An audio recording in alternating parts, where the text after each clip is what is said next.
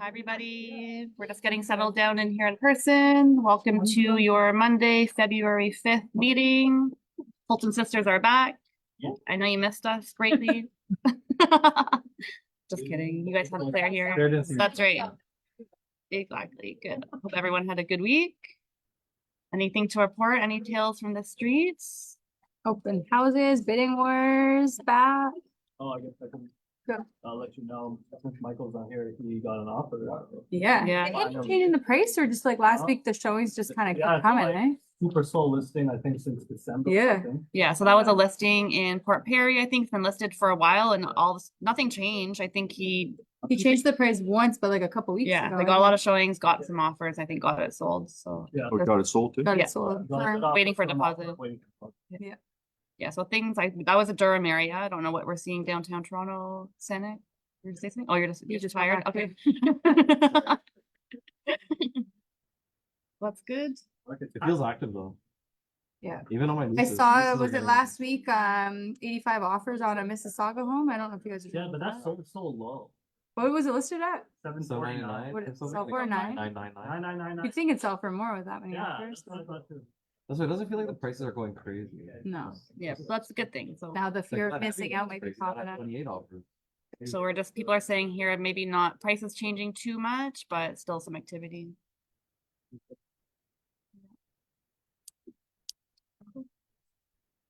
Want me to start? Yeah. Okay, so let's do the numbers first. Okay, so I'm getting a lot of questions here. People are coming to you saying the market's hot. You guys seen that yet? There's quite. Because they're saying that the market's hot, and I've heard that from a couple of different people. Nelson, did you hear that too? The market's hot? So I did the numbers just last night just to see is the market hot or not hot, because I like to look at facts, right? So right now we've got about 500 and how much? Sales so far, we've got about 513 so far for the first 4 days. Not much, like first 4 days, but I want to find out what's going on. And of those 513, I double checked. 142 of those properties that sold for over asking. So it's not a whole lot. But depends if you're part of that group, it is a whole lot, right? But so we found that I forget how many. I wrote down someplace there where yes, 28%, 28% of all listings went for over asking. If I break that down into freeholds and condos, 24%, sorry, 36% of freeholds went over asking. So a third. 16% of condos went over asking.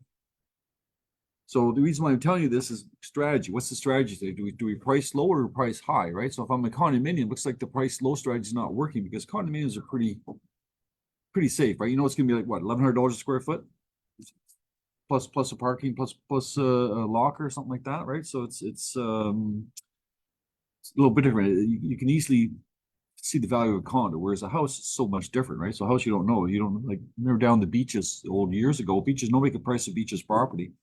So they always underprice them and let the market dictate the price. So it looks like freeholds, that's what's happening, but not necessarily condos. Just off top before I forget, everybody remember that universal condos in Bailey and Liverpool? That new project. So now it's starting to come into occupancy period for I guess the first building. Yeah. And I was just checking it this morning and there were oh crap, I forget now. Rats. There's either 73, I'll say 73 for the heck of it. There's 73 properties on Celebration that are for lease right now. Wow. Yeah, I'm not surprised. 400. And how many would be in the building? 400 seems like a lot. Like I want to say like 250 to 300 for one building. Yeah. Anyway, so that's quite a bit. Like so 73 are for lease. And I think I checked that 25 have been leased and the other 73 are still sitting there. And there's a lot of private. And there's probably private ones too. And they seem to be going for about $2,100 for one bedroom, maybe $2,400 for two bedrooms. First year. And it's the first year, right? So it's kind of curious to see how those prices will hold up in the future. Because I think if you take that same condo, put it downtown, you're going to get $2,900 For one bedroom? for one bedroom. Right now? Yeah. For CO1. That includes parking and locker. So it's kind of curious anyway, to see what's going on there. But anyway, so just sticking to the numbers here for a second and I'll let the girls talk about their trip and that. But we've got 11,700 listings, 11,700 active listings, which is pretty consistent what it's been for the last 3 or 4 weeks. It really hasn't gone up. Sales themselves, sorry, listings, we've got 5,800 freeholds, there's 5,900 condos. I just ran another number here. I just want to see what the numbers are looking like for vacant properties. So of the 11,700 active listings, 5,000 are vacant. Sorry, 5,000 are owner occupied. So let's say there's 12,000, 5,000 are owner occupied. That means the other ones are not. So that's kind of a curious number too, right? Of the condos, there's 5,900 condos active right now, and there's 2,000 that are owner occupied. So again, it's about maybe 30% there. And then freeholds, there's about 5,800 freeholds, about 3,000 of them are owner occupied. Just How many are the rentals? I did do rentals for owner occupied. I did do rentals. There's gonna be a lot of declarations and to declare you've got tenants or vacant. So this goes back to, that's right. So Kari will talk about the vacant tax, right? Yep, declaration. Sales themselves, even though 4 days isn't a lot to talk about, but 4 days, first 4 days in February, we've got 513. Last year we had 656. Sales are down 22% for the first 4 days. Which is a nothing date. Yeah, okay. I'll go back to January. On the freeholds, you're down 24%. Condos are down 19%. Now tomorrow they're going to come out with a market watch. We don't have it today, so I just ran the numbers last night for January. In January sales last year we had 3,067. This year we've got 4,152 for sales for January, up 35%. Interesting. Sales for freeholds are up 34%, and sales for condos are up 38% for January. January 24 versus January 23. So the markets you make the market wherever you want to make it, right? But it's certainly there. So I would like to go back to what people say that the market's hot. I think the market is okay. I don't think it's hot, but it's okay. But I don't believe that the prices are going. I haven't got price numbers. We'll know that tomorrow. But I don't believe prices have gone up that much. Doesn't feel. The average price in December, I believe, was about $1,050,000. Let's say it might have been $1,030,000, but $1,050,000. I bet we're going to come in around the same, about 1.80, maybe 1.1, 1.50 again, somewhere around that. Does anybody else feel the same? Or don't know. Okay. So the market's all right, and away we go. Before I let the girls talk here, I want to talk about some broker record stuff. Okay, no, I'll do that in a bit. Just go into TREB stats. I can't read this. You guys read this? Trying to figure out how many, did the membership stats for TREB just to see what numbers came in. And I think these numbers need to be up here somehow. Looks like it's a running total. So this is as of June, there are 71,800. Yeah, I don't understand. So So it looks like we lost. in January 23, which doesn't count, or is this, I don't know, is this July 23 or July? Yeah, I read it as July 2023. Wonder what happened these 2 months. that's very. And then this January, I think these should be up here. No, it kind of makes sense for 2023. I don't know. Anyways, it says 67,000 We're down. from 71. So it's about 5% down. That's what I said last week too, right? So In terms of new agent or as far as people renewing license, I thought we'd lose quite a few people. But we'll see. Anyways, that's kind of a whack. That's a way, that's not a really good way to show it. And then finally, just I'm trying to get you guys to maybe think about farming. Farming, has anybody done that yet? Is anybody thinking about farming? Pick a townhouse, pick something there, send materials out there, make it happen. So in my house, I get these things. So a lot of people are copycats. So this is one thing that comes to my house. When I say copycats, this is, look from there. These guys are all copycatting, and you think they're copycatting each other? No, not really. Here too. You know, they're just sorry, here. So it's a two-step thing. There's that one there. solds. So this is the kind of Take stuff that's going brokerage. out to your farm. Do you guys collect when you go to your house? You guys collect real estate mail that comes to your house, right? And I get then- a lot of and I'm newsletters. pretty sure that's either Mike Ferry or Chris said something there that if you find somebody that's successful, somebody that's doing something right, copy it.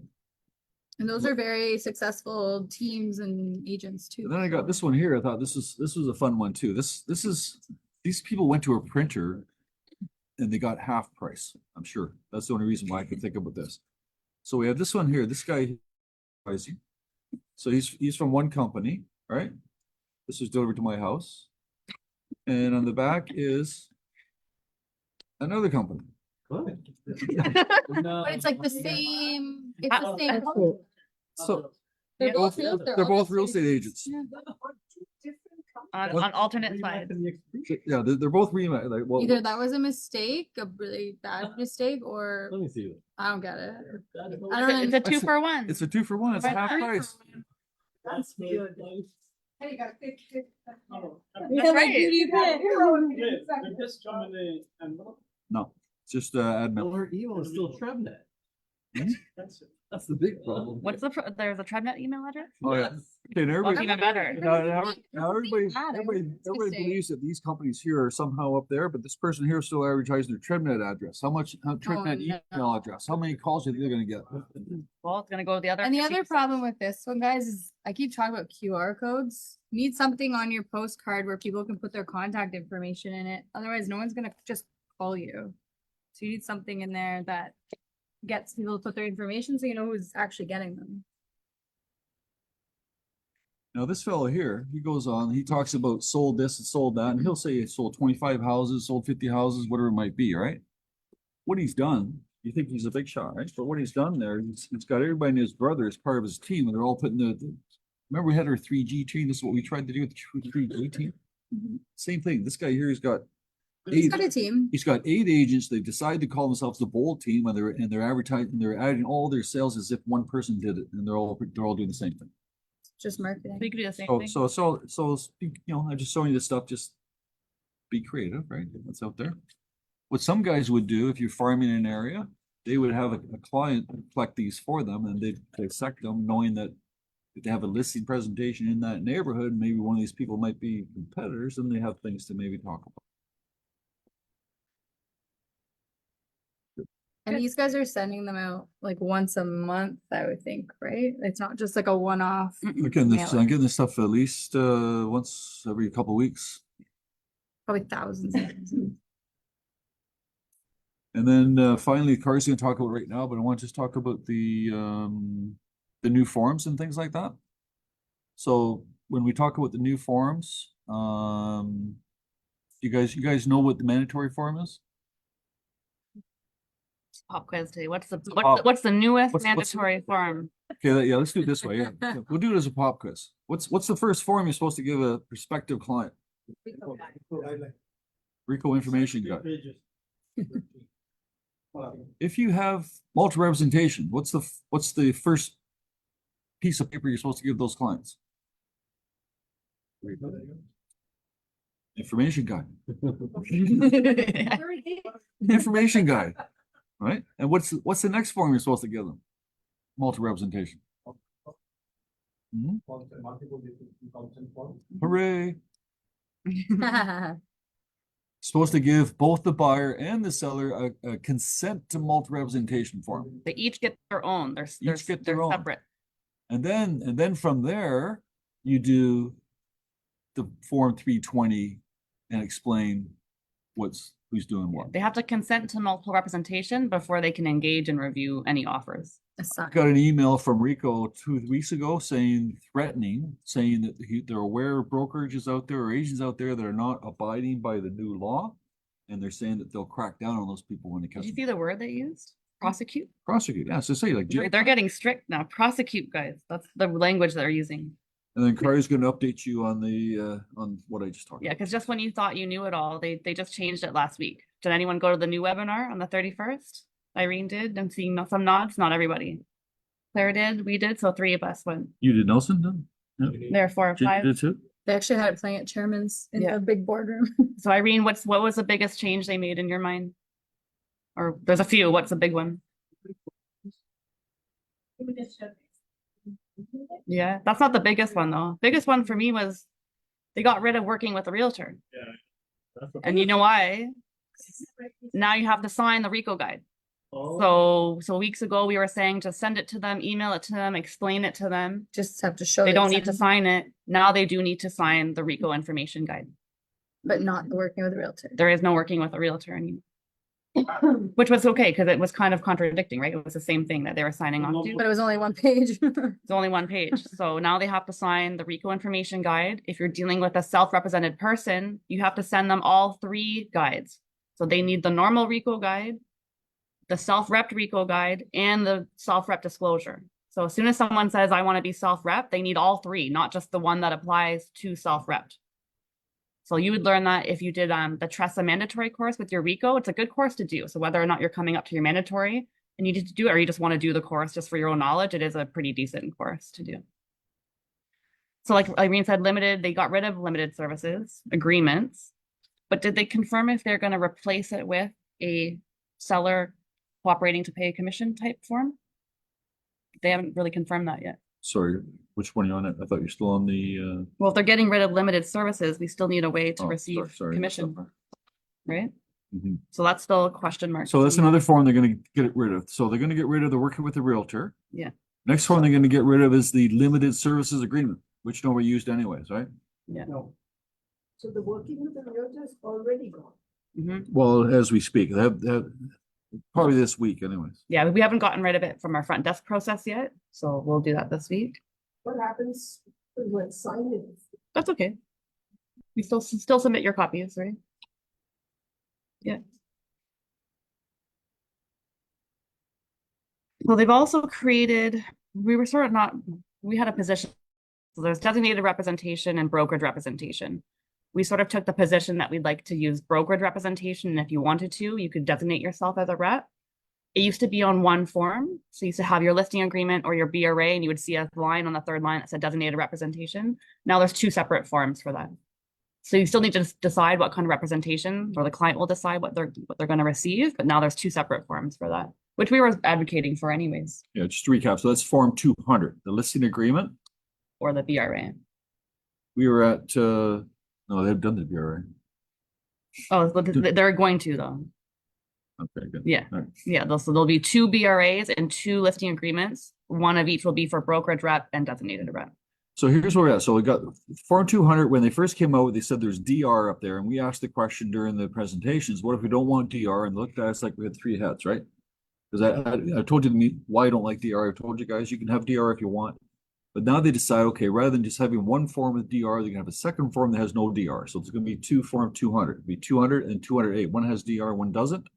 The one I'm gonna promote is the one that does not have DR. And this for various reasons, which we've gone through before. Mhm. But if you want to be our DR, they can use that form. Otherwise, we'll just do the other one. It'll be a broker rep. Mhm. How would an agent decide if they should do DR or not? How do you guide them? Don't unless you really think you're Okay, gonna so- get into multiple rep So situations. here's okay. So we had one this weekend. Let you carry on there. We'll talk about the situation. No, you're right on it. So we had one this weekend that we were the listing agent and we had a buyer. And the question was, okay, so is it multi-representation or not? What do you guys remember about that? No, Nothing? Okay, so then we had, unless it's yourself. He's saying it's not multiple I said no. okay, so, but we don't know because you have to find out whether it was a DR or not. Right? So we found out from, I don't know, I'm gonna make this up and it's not true, but my story is true. The listing agent had no DR. Reason why they had no DR is because they're using a 2023 form. Don't do that. Those are gone. Don't use any 2023 form. So I have to remind everybody at home, if you got forms sitting in your drawer, you got forms in your trunk, or you got forms in your suitcase, throw them out if they don't have 2024 on them. Okay, because the law says you must use current forms.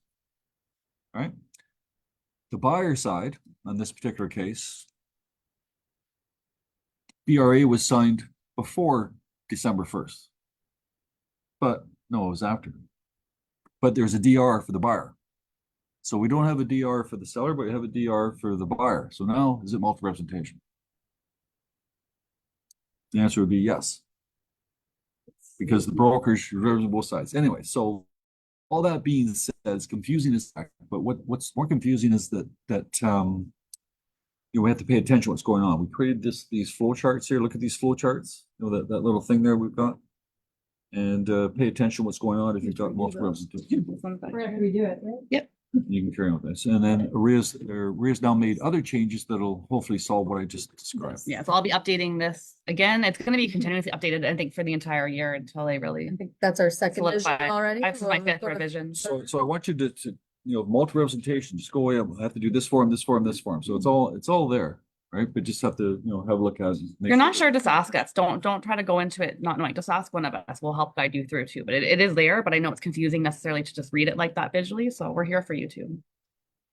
So if you ask for a package from the front desk and you don't tell us that you're going to be designated rep, we're going to send you a brokerage rep agreement. Is there option like which is the best? It really depends, like Claire just said, on the situation. I really don't see any reason why you would use designated rep unless you're traveling and you want someone else to help you. Maybe you're in a rural area and you think there's a good chance that you may bring your own buyer to that property. Can you think of any other reasons? Okay, so undesignated rep. If you go on vacation, we talked about this before. If you go on vacation and you're a designated rep, you have to get an amendment to that agreement to have somebody else fill in for you while you're on vacation. Versus if you didn't have that, the entire brokerage can help you. If you had designated rep and you go on vacation and the owner says, I don't want that new guy. I don't know who that, I hired you, I didn't hire that guy. You go on vacation, you can't service me. The contract's at an end. I said this 1,000 times, right?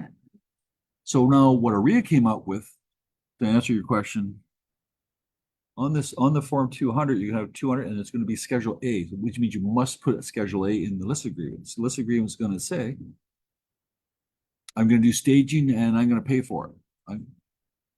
They're going to be staging, you're going to pay for it, whatever it might be. But also they set a clause in there in the event that the seller in the event that the seller doesn't agree to a new DRA, then the brokerage has the right to assign DRA whether they like it or not. So many words. Do you think your seller would have a problem with that? Rather than just not using that form and not having to worry about Just that? don't call it out, yeah. Right? Because that was their answer. Their answer was that the broker has a right to assign somebody else without the seller's permission. But I still need the seller's signature to do that. So We still anyways. need their permission. To me, it's too complicated. This time next year, maybe we'll change our mind, but I think today, just growing into, let's just sell some houses, let's not worry about this stuff here. Yeah. I'd rather just do what we've always done. So that was my suggestion. So on that note, Schedule A, they really wanted us to do it, but they didn't make it a mandatory part of the form, but now it is mandatory part of the form. So when you see a listing agreement or a BRA, you're going to have a Schedule A at the end of it, and you do have to put something on it. You can't just leave it blank. So we'll make some recommendations, but just keep it simple. Most of you for a listing are going to provide photography services. So just say the listing agent agrees to provide photography services. If you're going to do staging, all that you can, but they really want you to put how many open houses you're going to do in every single service you're going to provide. But I'd be really careful. If say you're going to do 2 open houses and you're sick for one of those open houses, does that mean you're in breach of contract? Technically, right? So I think our message is going to be less is more. Say again? Can you say you will not do open houses, Sure. but you end up doing it? I would just leave it blank. I would leave that blank. I wouldn't promise anything. I would really you have to put something on it now because you can't just have a blank schedule. Yes, you do. And it can't just be blank. You have to put something, but I would, at the very minimum, in my mind, photography is the basic service everyone's going to provide. So you got to put something. If you're not providing anything, then you would say, we're not providing any other services other than what's outlined in the listing agreement. Like communication and. So on a BRA, I'm okay with leaving it blank. I'm You're okay okay? just to cross it out. You don't, but you still have to put a line. Yeah, Okay, because fair. yeah, just put NA or something there. If you haven't made any promises, then just do that. But just put an NA or a line. It just can't be blank. If you promise something and. Anything you promise that costs money, anything that you promise, like I'll sell your house if it doesn't sell, if you can cancel the listing anytime you want. If I bring my own buyer, I'm going to So reduce my I have a commission. situation right now, okay? So the seller says to the agent, can I cancel the listing? And the agent responds saying, yes, you cancel the listing if I screw up. What is the client hear? Yes. They didn't hear the other part. So now when our agent doesn't want to cancel it and the client phones up and says, your agent said that you cancel it. So no, he said yes, but only if he screws up. No, he didn't. So here we are. So this is the situation that Nelson and I get into, right? So that's why it's something like that would have to be in writing. Yes, I cancel. Yes, you can cancel the listing if I screw up.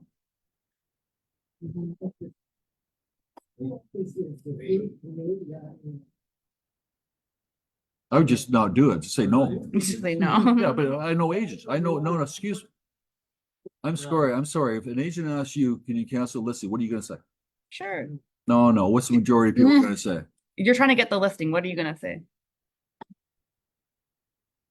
We know what 99% of people are gonna say to try to get that listing. Okay, good. All right. Good. That's what we should say. A BRA, what are we gonna put on a Schedule A for a BRA? Does the Done enough. agent agrees to do showings? Like you got No. it. So just NA and a line. Okay. Yeah. They've also, I don't know, did anyone notice how complicated the CCR? I've got a lot of copies of CCRs where people were filling out section number 2 that had nothing to do with the deal, but people just, because it looked like big words, they just kept filling it out. So I haven't seen it yet, but they are going to create a new user-friendly version of the confirmation of representation, the Form 320. They're creating it. But right now it's 3 pages long. I'm hoping it's just gonna go back to 2 pages. And are they reducing that section 2 is what I'm hoping. It's quite complicated. Yeah, good. So that will come. We've made our own disclosure form. So we know that sellers have to disclose latent and material facts. We made our own form to do that, but now Ori is creating a form. So we'll see what theirs looks like. If we like ours better, we'll keep ours. But if theirs looks okay, then we'll implement theirs as well.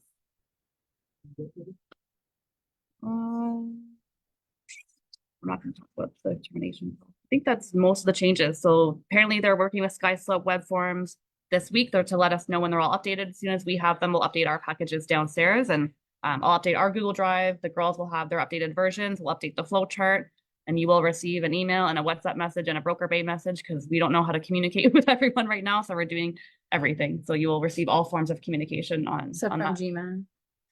Yeah. And just the final thing on this, and then you can do her thing there. We were involved. I was involved with Rico, Joe. Everybody asked Joe. I got him involved. I got John D. Michelle involved. I got Rhea involved. I said, you guys, this is silly what you guys are doing. But in any case, so I said, you guys got to give us a bulletin to tell us on the street what are we supposed to do here for, let's say, a mere posting listing. What form is supposed to use? So they eliminated the Form 202, which is a commission agreement to be paid by a list property that's already listed. They got rid of that form. And I said, well, what'd you replace it with? We didn't. Well, they said limited service. So I phoned Rico and said, okay, what's going on? You guys have a bulletin, because we're fighting with the listing broker. The listing broker says do this. We're saying do that. We don't know. I mean, it tells us what to do. So Rico comes up with saying, put some clause in there saying that the seller agrees to pay us our commission. Put it in the offer itself. The next day, 2 days later, we go to Rhea, and Rhea says, no, we don't agree with Rico. You gotta do this instead. What do you have to do? It's the same thing we were talking. They both have different. What Rhea told us to do is get Form 200, which is a listing agreement signed. And on the Schedule A, just say that to be paid to be paid commission. That's what they have said. to do limited services with them again? There's no such limited service form anymore. So it's just so anyways, it was both the answers were silly. So we're gonna end up doing our own thing, I think. So Yeah. Doesn't come up that often, but it does come up, talk to us. I think there has to be a separate commission agreement. And my point is this. If you put it in, and the listing broker wants Form 320 on there, that the seller will pay this money, okay, that's fine. But if the seller doesn't pay it, is there a legal obligation for him to sue? Like, can I sue the seller based on Form 320? I don't think I can. Because Form 320 is just it's just a confirmation. It's not an agreement. It's just a confirmation of what we said is going to happen. But that's not an actual true agreement. So I think we're going to come up with a commission agreement, and we'll just slip it in there. I think that'll be our answer until Rico and Rhea can get together and tell us what to do. I think that's the direction we're going to go. So if you The clause in the offer? No, I have a separate commission agreement that the seller, even though he signed a listing agreement with somebody else, agrees to pay us X amount of dollars, and irrevocably directs his lawyer to take the money from the deposit and pay us. That's the goal. Since you said there is a Schedule A for a listing, can't it be just written in there? that's what It's not a listing agreement between us. It's a listing agreement between the property guys and the seller, not us. between the buyer and the seller. Not us and the seller. Okay, that's enough on that. Yes, we'll do our own thing. If you happen to come across though a lawyer or someone that has an opinion on it and you want to share it with us, let us know. Because we've gone to a couple lawyers, like I said, Rico, Treb, they all have different opinions. So let us know if you come across something in the field. I don't have anything else on trusted. We have more stuff on trusted, more to come. So just a quick reminder on the vacant declaration tax. So I did get an email from the city of Toronto reminding me to do mine. It's due by the end of February. I was getting some questions on the weekend of like, you know, if it's been vacant for 2 weeks, what do I fill in? And they just don't want it vacant for 6 months. So you're going to go in and fill it out. I'm either the primary owner and I live there, or it's tenanted. There's not that many options. You're going to go fill it out as to whatever the status of the property is. And it's going to ask, has it been vacant for more than 6 months? So if it hasn't, then the answer is no. I would recommend keeping a copy of the declaration. So even though it'll be behind the scenes that you've done it, there is no like confirmation. You don't get like an email or a letter saying that you've completed it. So as soon as you've done your declaration, just take a screenshot of that as a JPEG and email it to yourself. Because that's the only confirmation. I haven't seen like, or print it too. Yeah, whatever's easier, but just make sure you're telling your clients or There's like a number too. You get like a confirmation number that you I can think write it's like a down. number. I just got think I like did. declaration and I screenshotted it and saved it. Yeah. But it's a good excuse to reach out to your clients. We did it last year. Many people don't know. Maybe people still don't know they have to do it. They think it's their primary residence, they're living in it. They don't have to declare it, but every single person has to declare it. Otherwise, they're subject to vacant tax. No, you can go right now and do You it. can just go. Yeah, yeah. You just need your ARN number and You need a customer number that you get on your tax bill. Yeah, they use your roll number. Then not customer. They use both. they have both. Yeah, so even if you don't declare by Feb 29th, you may actually have just to pay a $21 fee just for not declaring too. But I think a lot of your clients will get confused because even one of our agents was reaching out and thought that he was lying. And then they looked more into it and realized he was not calling to lie to them. And they thought because they're living in there, they don't need to fill it out. But you just have to say, yes, I live there. No, I don't. Yeah, every single person has to fill out whether it's vacant or not. You have to declare the status One of it. in Toronto, right? Toronto. Toronto, Hamilton, and Ottawa, I believe. Yeah. Yeah. So if you got Hamilton clients too, then. And I think Peel was talking about passing it too. So if you're doing something in Peel, I would still keep that clause in your agreements as well. And just so you know, just right now it's 1%. So if you've got $1 million assessed value on a property, the extra tax will be $10,000. On January 25, it's going to go to 3%. So $1 million assessment, it'll be $30,000.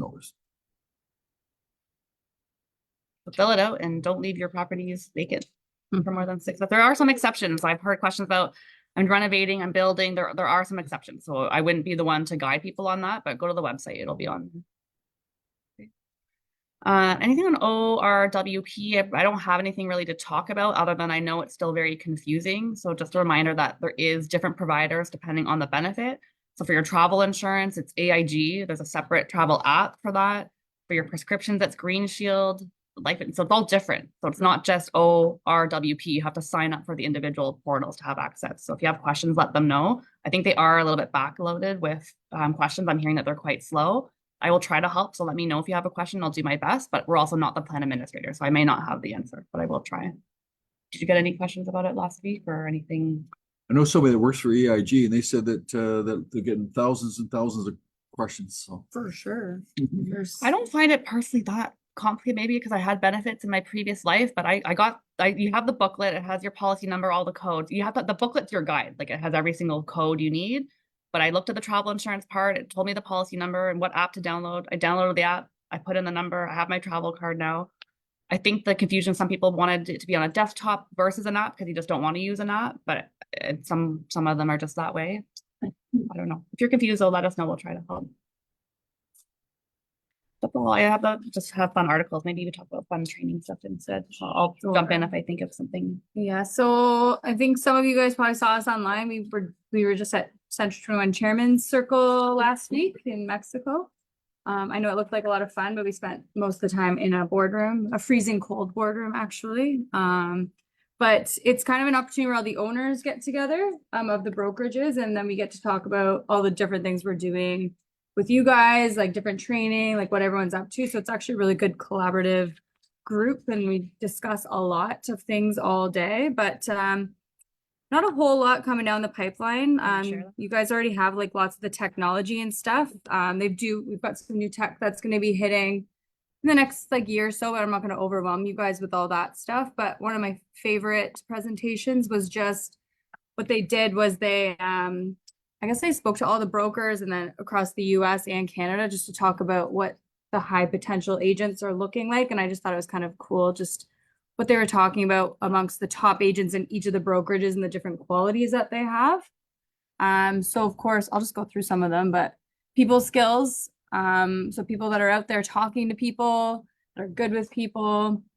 Tech savvy skills. We all know that the tech is obviously extremely overwhelming. And even that was I was put on a panel as well to talk about tech and how it is almost getting overwhelming and almost taking us away from those human connections. But at the same time, the agents that are not afraid to dive into this new tech and all this stuff coming up are the ones that are coming out on top. So if we're hesitant to use this tech, then now it's time to be a little bit more open-minded about it. The ones that had a strong sphere of influence and not even just like a strong network, but the willingness to actually work it. They were saying the top 95% or 1% of agents are using a CRM and making it work for them. They're not just like putting names in a CRM and expecting like their monthly newsletter to do it, but they're actually setting themselves up on reminders to follow up with people and actually setting up a CRM system, which we talk to you guys about all the time. So if you haven't dove into that, that would be one.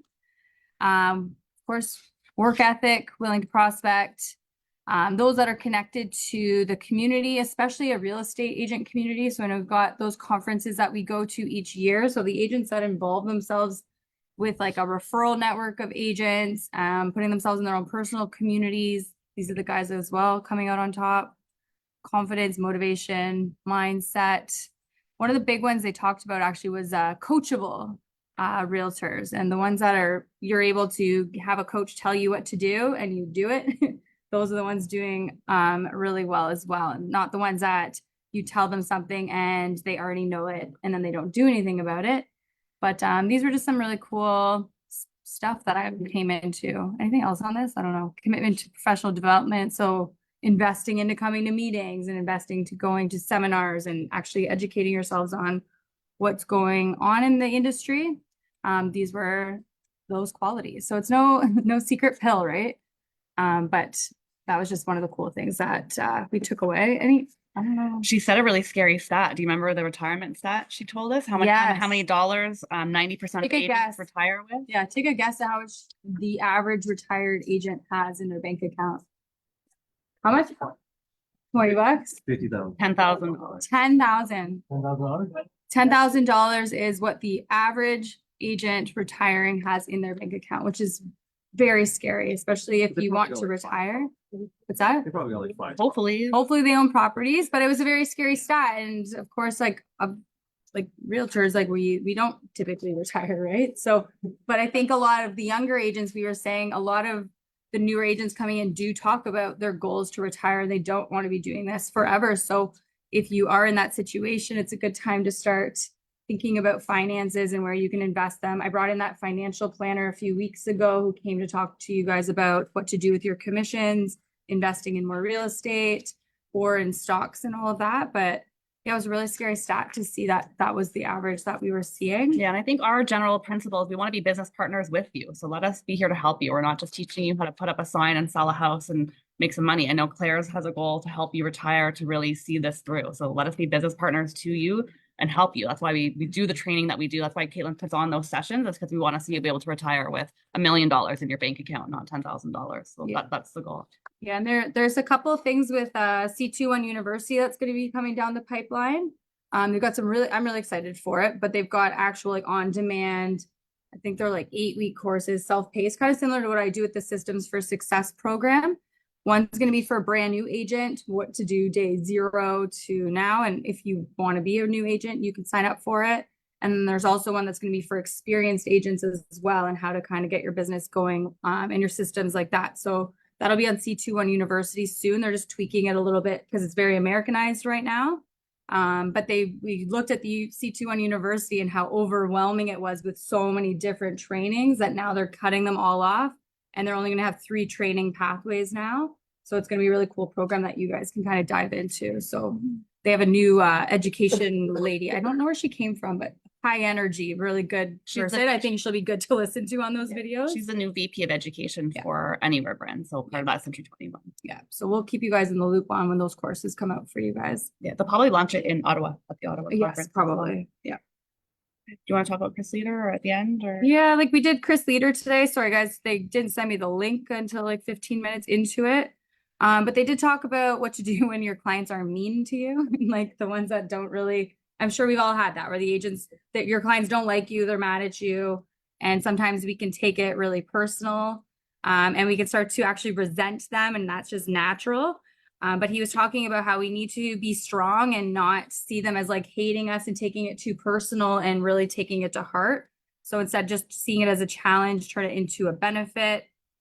Focus more on the activities and not the outcome when you're dealing with people like this. So don't just keep focusing on the money, figure out all those little activities to get them happier with your services, whether it's through like better communication. Don't count your money until it's in your bank account, which we all do. And then I guess one of the best ones that he was talking about was sometimes when you do have those crazy clients, it's really easy to get down on yourself, especially if you only have that one client in your pipeline. So that's why it's really important to make sure that you guys are always prospecting and make sure that you always have like 5 to 10 clients at a time. And you're not just focusing on one person, because who knows, that person that's really angry at you, you could be spending months and months and months with this angry person, killing yourself, telling your spouse like how stressed and annoyed you are. And then all of a sudden this person decides they don't want to buy or sell with you anymore. And then you're back to square one. So he's talking about the importance of having multiple clients at the same time so that you're not distracted with this negative energy. And then if that ball drops, you've got at least 4 other clients that are waiting there. So it doesn't feel as devastating when you lose it. So really important to make sure that you guys always have multiple eggs, not just one. And that should be able to give you that sense of control. When a client's mean, don't hide, don't like ghost them, don't avoid the hard conversations, really go ahead and be positive, but always try to figure out ways that you guys can be on the same page and help get through it. He also mentioned don't tell other agents about your difficult conversations with your clients, which I found interesting because we typically go to each other when we've got bad conversations because we can relate to each other a little bit, but the other agent really doesn't care. And if anything, they may feed a little bit more into that negativity. So they were saying when you go through that, it's actually more important to go to like your friends and your family when when you're going through tough times, or even just your managers as well who aren't in there, but other agents are not your best support system when you're going through dealing with these types of clients. So that was a big conversation. The homework of the week for the coaching was to reach out to 10 past clients this week and ask if they know anyone looking to make a move. That should be your homework every. That is your homework every week. Okay, I'm gonna backtrack on some other not so fun stuff. I feel like every time I tell you about some new taxes, there's like some sort of ways for the city to collect more money. So the federal government just extended the ban on foreign buying to 2027. So there is still a ban today. There is still one this year, and there's still one until 2027. So that's a federal government ban on foreign buying. However, there's exceptions. So it's not a single family residence, or there's more than 6 units for commercial buildings, or if it's outside the general Toronto horseshoe area, there's a tax on that. It's 25%. And now Toronto has just passed to add another 10%. If it's not in the GTA, because you can't buy, but if it's outside those areas where a foreign buyer could still buy, there's now a 25% plus a 10% tax if it's in the Toronto area. So they really don't want foreign buying. They're really trying to avoid that. But if they're going to do it, they're trying to collect taxes on that. That's now 35%. I explained that right? Ontario still 25%, but Toronto would be 10%. And federal government still has a ban overall, though. So this only applies to the small exceptions that the ban doesn't apply to. There are some exceptions like refugee status. If they're a student for a certain amount of time or a certain amount of hours they've worked, I wouldn't guide your clients on that. I would let a lawyer guide them on that on the particular situation. But in general, there's a foreign ban on most single family residences in the Toronto area. That's how you explain it. Is that right? Tech stuff, a lot of tech stuff happened last week. I think TREB tried to launch their 2-step verification. I don't think it worked fully. I haven't gone through it myself yet. I think the front desk girls sort of got into it a little bit more, but has anyone actually done the like TREB authentication part of it? Did they get through it for anybody? You did? So some of it got through? Because mine still this morning just asked me for my ID and then went right back to the normal screen. So I must have said, forget it. Take a while, like, only some of us. Yeah, so just when we got through the Google two-step that I was bugging you about every day, Trev did theirs. Okay, so some of it's going through. So that will still come. If you haven't done it yet, they're probably gonna push you to do it. I guess they had a glitch that day, but yeah. But Realm, you can log in directly through Realm. So whatever that link is, the realm.app, that works. So if you want to get comfortable with Realm, which I know was delayed again until July, that put on hold Caitlin's entire training Yeah, I program. had all of February planned for training on Realm this month. I'm gonna not do that because I know it's not coming till July. So none of you guys are gonna listen to it anyway. I would so- still encourage it. Or I still encourage you guys to use it, but I'm gonna switch the training this month. I haven't decided what. Yeah. But there's still webinars going on though. So if you guys want to sign up for the Realm webinars, please do. It sounds like they're making some changes too. Like I've heard a lot of complaints about the CMA and how it's not very nice. So they've already enhanced that a little bit as well. I won't go through the whole list, but they are working on things. So I think whatever you're complaining about, you have a voice. They are listening. They are trying to make some changes. So they want to make this a positive experience for you. So keep letting them know. And I think as we go along till July, there's going to be a lot more things fixed. Yep. So I just found out the Google two-step verification, that was a big project that Google had launched for workplace accounts. So it didn't affect your personal Gmail, but we have a workplace account that we pay for on your behalf, and it affected those types of accounts. But I also learned that part of that change, there's actually a hard deadline of Feb 1st for these companies to comply with spam legislation. So I didn't realize that the two were tied together. So Caitlin's account actually got locked out last week because one of our own agents within our team accidentally reported her email as spam, which closed her entire account. So can you imagine Couldn't her, get Google her calendar, her nothing. email, like everything went down in a split second. We were able to get it back up with our IT team, but they're cracking down on spam legislation really hard. So like even internally as a company, if I email all of you, we have 500 agents. If I email you guys in a BCC, which is what I was doing up until last week, we would have been flagged as spam. So all of these things are now spam because in a Gmail environment, you don't have a way to know that it's me. I might be like, hey, everybody, I'm not really telling you an email one-on-one. I'm also not putting in a button to allow you to unsubscribe. That's actually illegal legislation now that you need to have an unsubscribe button. So I can't even use Gmail now to communicate with all of you guys. We're going to have to go back to either using your Century 21 emails, which I know not all of you use, but I think I'm going to need your help to start forwarding that to your personal Gmail because it's my only way to communicate with you right now where I'm not getting flagged as spam. We could also use broker bay announcements, but I get a lot of complaints that because it says announcement at the beginning and that doesn't change, you guys get bored of that. So the announcement doesn't seem fun anymore. So no one looks at that either. WhatsApp is only like half of you guys. You can't use that to communicate with either. So email really is the best way to communicate. And I'm probably going to have to use your Century 21 email so that we don't get flagged as spam. But the way that you can make sure you're still getting your emails without using it is to make sure it's forwarded to whatever Gmail you want. So I literally don't care what it's forwarded to, just make sure it's forwarded and you'll still get the new communication from us. Like Broker Bay, like the only way we won't get that spam, get our accounts taken is if we send it through a CRM platform. Yes. But So there's no one was reading them. So then I was starting to just do it through my personal email and you guys were responding and opening that, but now I can't do that because now I'm scared to get my We'll get entire flagged, business sure. shut down. So yeah, so we can Can't use do the C21 emails. We can also use Hub 21. So your own CRM, like the way we use, we can use that too for you guys. But unfortunately, it's a 13-step process right now to just do one-off email.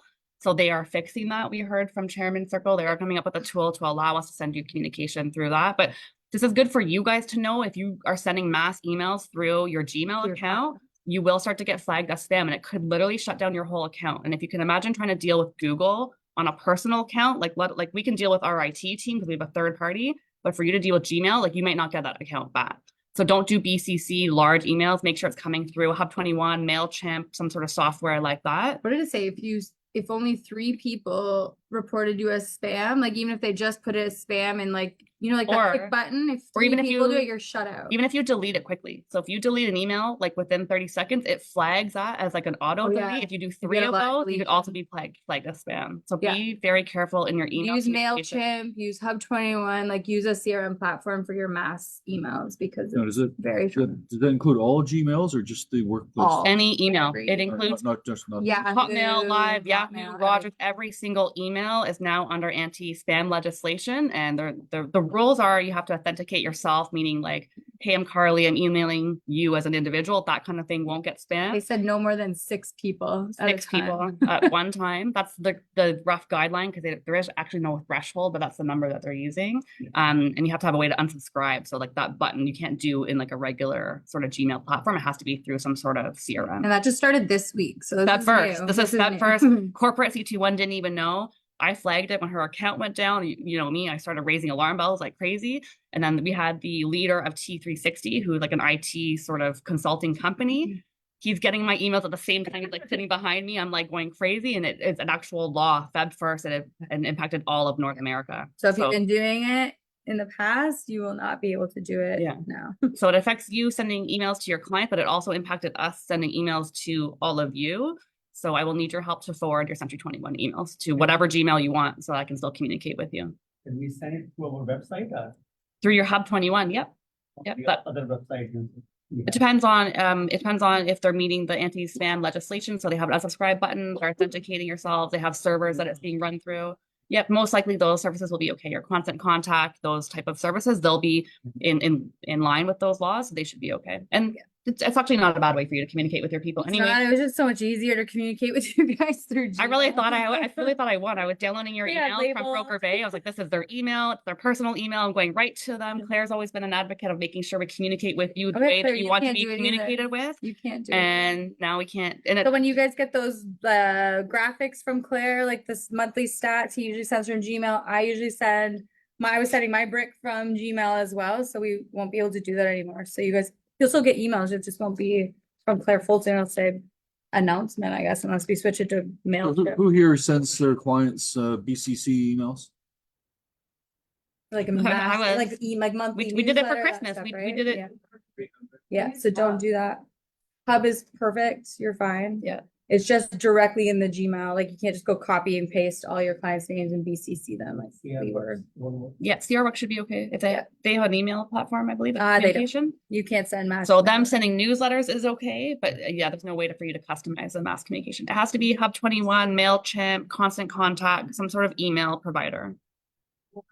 That when I'm not going to do it, if I'm not using my laptop, usually send a verification code. That's the 2-step. That's the two-step I need that. verification. That's by law now. You have to have that.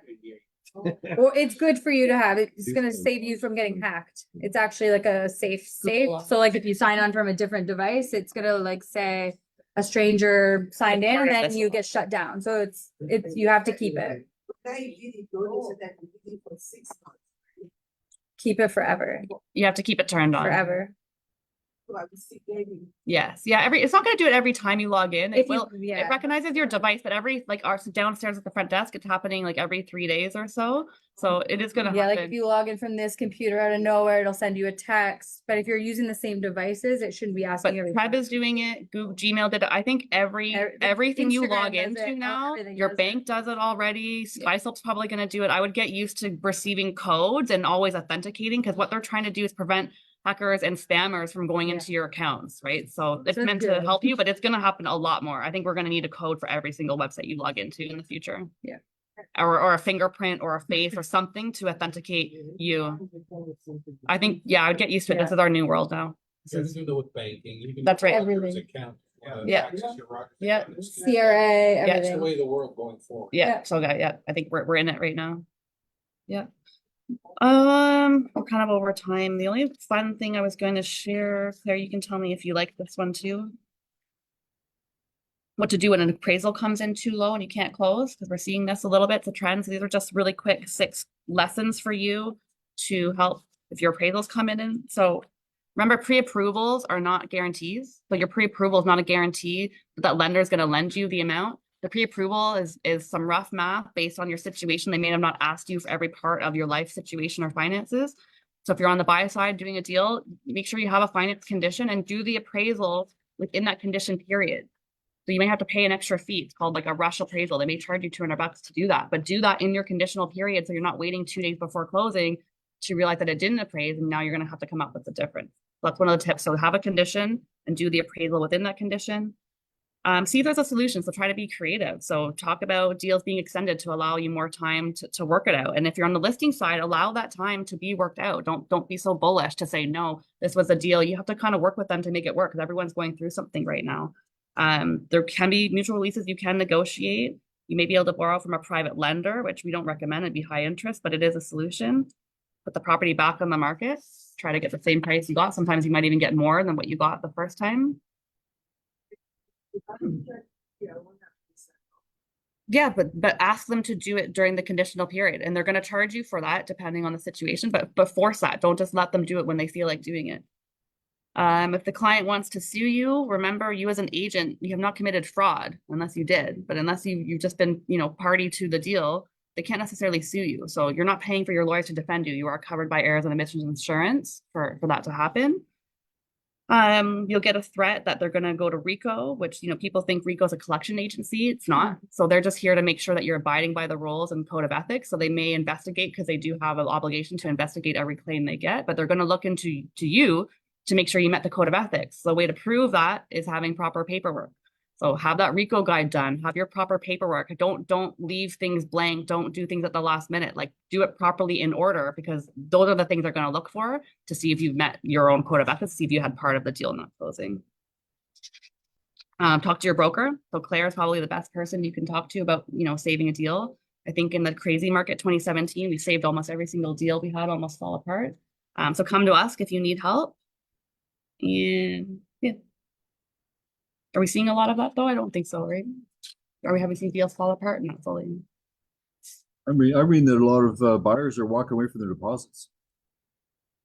And I read an article here where the surprise, article here saying it's amazing how many new buildings are being burnt down. Yeah, that's true. We hear something like that. Did you hear the crazy one in Quebec? Did you hear about the Quebec one? There's a story in Quebec. I still can't tell if I it's think fact the or broker rumor. owner burnt down a bunch of brokerages. A bunch of it's competing brokerages. So a Sutton broker burnt down a Royal LePage and a Remax broker. So bad. So You're not gonna bad. beat me. I'm just gonna burn down your entire operations. Yeah. Scary things are happening out there. Yeah. Brutal. I mean, pre-con's still struggling too. There's an article here. I didn't go through it, but yeah, they're down like 40% from before, and they've never ever had as many empty, unsold units as they have today. And we're seeing that. I mean, you can see the pre-con world coming at us right now. So. But months of inventory for new condos, months of inventory, active inventory versus divided by the number of sales in a month. 22 months. That's how much inventory of For pre-con. pre-construction condo units. So the new builders have 22 months of inventories in there right now. It's obvious. You can see it in the incentives and stuff they're providing. Don't you see all the stuff they're doing? They're giving free trips Oh, to you Vegas, probably 5-star trips to Vegas for every place you buy, and Yeah. all Yeah, these they're giving incentives. lots. And then you're seeing the downfall of that in the universe, all the leases. So these are all investors, buying to hope to rent it out, and they're not even being rented out now. Even the Keeley, I have an assignment there. They have 40 units available for lease right now. So they're not even being rented out, right? They're just sitting there. The other thing was that Durham actually was a little bit ahead of Toronto, which was interesting. So I think there's something going on in Durham. People are kind of interested. They're still down, but they were only down 25% compared to like 40%. So Durham was kind of carrying the upswing of pre-con, but they're still both down. It's good for all you newbies that want to get tenants into some condos. I would do some ads for all these Yeah. empty units. But you're doing the same ad right now for resale building. Take them to So why not? 3-4 units at a time and get them one. Anybody have any clients in that situation that the place is not appraising or that they can't get financing for the pre-construction? Anybody had that yet? I know some. Just one? There's more. I feel know. like there's a lot. Online maybe. You guys are lucky. Yeah. Yeah. Or they keep getting delayed, so you're getting really lucky in having the project delayed. That's happening too. Good training this week. The training was Realm, so give me a couple days to see if I can whip something else up. Anything you guys want to I'll learn? still send it to you guys if you guys want to learn it. But I was even thinking next week, since it's like Valentine's Day, maybe we'll do a fun lead magnet, Cupid Valentine's Day theme, and I'll teach you guys some lead magnets or something. Just as a fun little thing. So Cute. I thought we should do that next Wednesday, and then this week, I don't know, we'll do Realm, or I'll send you guys If you have a something. big budget for Valentine's Day, Calia is like, we send flowers often to our clients. They're giving you all a discount code. It's an expensive send. I would prefer to do like a lead magnet for free, but if you want to send flowers to your clients, I have a discount code, so I'll email it to you guys. Yep. Mo says we should do prospecting, so maybe Wednesday. Does anyone want to do prospecting here on Wednesday? I don't mind running like a Mhm. little workshop. Yeah? No one likes to talk? to Online? people? Okay, well, maybe Wednesday we'll do that. If you guys want to pop in the office, I'll be here, so I can be here if whoever wants to do that. Great. Any listings? Oh, we're good. And who's doing realm so far? Who's hands up? As the primary? Yeah. It's a primary. Yeah. Nice. So- Alex looks thrilled about it too. Yeah. Anyone have listings that you want to talk about with the team? Anyone have an exclusive listing that you want to take the opportunity now to talk about? Because it's not going to go on MLS in 3 days, so you want to talk about it now? Okay, Downtown, heart of the downtown, Toronto. downtown Toronto listing, Bay Street, 750 Bay. 750 Bay Street, condo, 2 bed, 2 bath. 1 parking, 1 locker, and how much? Okay. 869, and it's on MLS or not on MLS? On MLS, okay, 869, that's our office listing. So we How many always- days? What's the square footage? Yeah. Couple showings of square footage. Okay, so you're under 1,000 square foot. Yeah, it's an older building, I think, right? 750 Bay, very nice one. Buyer. Anyone online? I guess they'll be online if they do. Yeah. Go with the cash. Okay. People are still doing lots of open houses. We get the question a lot, hey, I'm available to do an open house. That's great. We'll try to help you, but the best way to find an open house is to do a backward search on Realm. Just do contains Percy as a list brokerage, sort it by days on market, and just reach out to that listing agent directly and say, hey, I saw you have a new listing. Can I do an open house for you? It's the fastest way to be able to do an open house if you're new. We get a post in WhatsApp all the time, but not all of the agents, especially listing agents, are in that WhatsApp group. So don't rely on the WhatsApp group if you want to do an open house. I would just do a backward search and try to find it yourself. But we can help if you can, but Yeah. best to try just going directly to the listing agent. And if you're not in that WhatsApp group and want to be, just let us know. It's Yeah. open to everybody. Just the broker record stuff. Yep. Could be negative. Well, So you guys know, but I saw Richmond Hill has a open house thing you saw in Toronto MLS this morning. You see Richmond Hill wrote a letter to everybody about open houses? no. No? We went to Toronto MLS today? Not yet. Anyways, you're allowed to have an open house in front of the house and 4 other signs. They have to be a meter outside the sign and they have to have the address and the time that you're doing the open house, and they can only be there during the open house. That's pretty much the same rule anywhere in GTA except for Ajax. In Ajax, you're allowed to put a open house sign in front of the property, nowhere else. Somebody That's needs Ajax. directions. Right? No directional plan. No. Only in the No. house. You can do it if you want, but make sure they're cheap signs because the city will pick them up and you never see them again, right? Is there a fine or they just? No, they just pick up the signs and you never see them again. But guys pay like $150 for a nice little A-frame Sandwich with a board. picture on it and it's gone, right? The other thing too is an agent listed a property, put a coming soon sign on it, and they got calls from other agents saying you can't do that, and they said can't do what? Oh, no. Anybody know the answer? Can't do what? Can't put a coming soon sign on a property because I need an answer here. On MLS? You can't put coming soon on a for sale sign. If it's If it's not, comes. Unless, Unless it's on MLS in 3 days, right? You cannot take an exclusive listing and put a for sale sign on the yard. That's considered marketing. unless. So, you getting those questions, Nels? I have. had about 3 or 4 questions. I'm still last seeing it week, on like social it's- media too. I still see agents Oh, posting yeah. coming soon in February. Coming soon, yeah. So here's the question. So somebody had a listing that was suspended, and believe it or not, agents are trying to go after the suspended listing before it actually expired on February 1st, but they're actually going after the suspended listing before it expired. You're actually surprised, but there's more than one. So there must have been a handful of people out there doing that type of thing, right? So first of all, you can't be doing that. But the answer, but the question to me was, can I put an exclusive signboard on the yard to stop the guys from going in or knocking on the door? And the answer is no, because you can't put a sign on the property that'll be on MLS in 3 days. You can hold the exclusive listing. So you that's to protect yourself. You have the exclusive listing. You just cannot advertise it. Just want to make sure you're aware of that, that's all. So when we talk about these things, this is what we talk about the practical things, right? So if it's going to come back on the market, don't terminate it. You will want to suspend it because you don't want to cancel it either. Anyway, so you cannot go after it as suspend listing. Suspend listing does not, it's not a cancel listing, terminate listing. Suspend listing is still alive. That's You- expiry, so it's a, if people, they used to go, after expiry is 3 days before expiry. That's what I'm saying. They did it, but if they get caught, then there's a good fine with that sense. Okay. Have a good week, everybody. Hopefully next week there's no more money being spent on taxes and we have lots of exciting things to tell you about the market. Have a good week. Take care.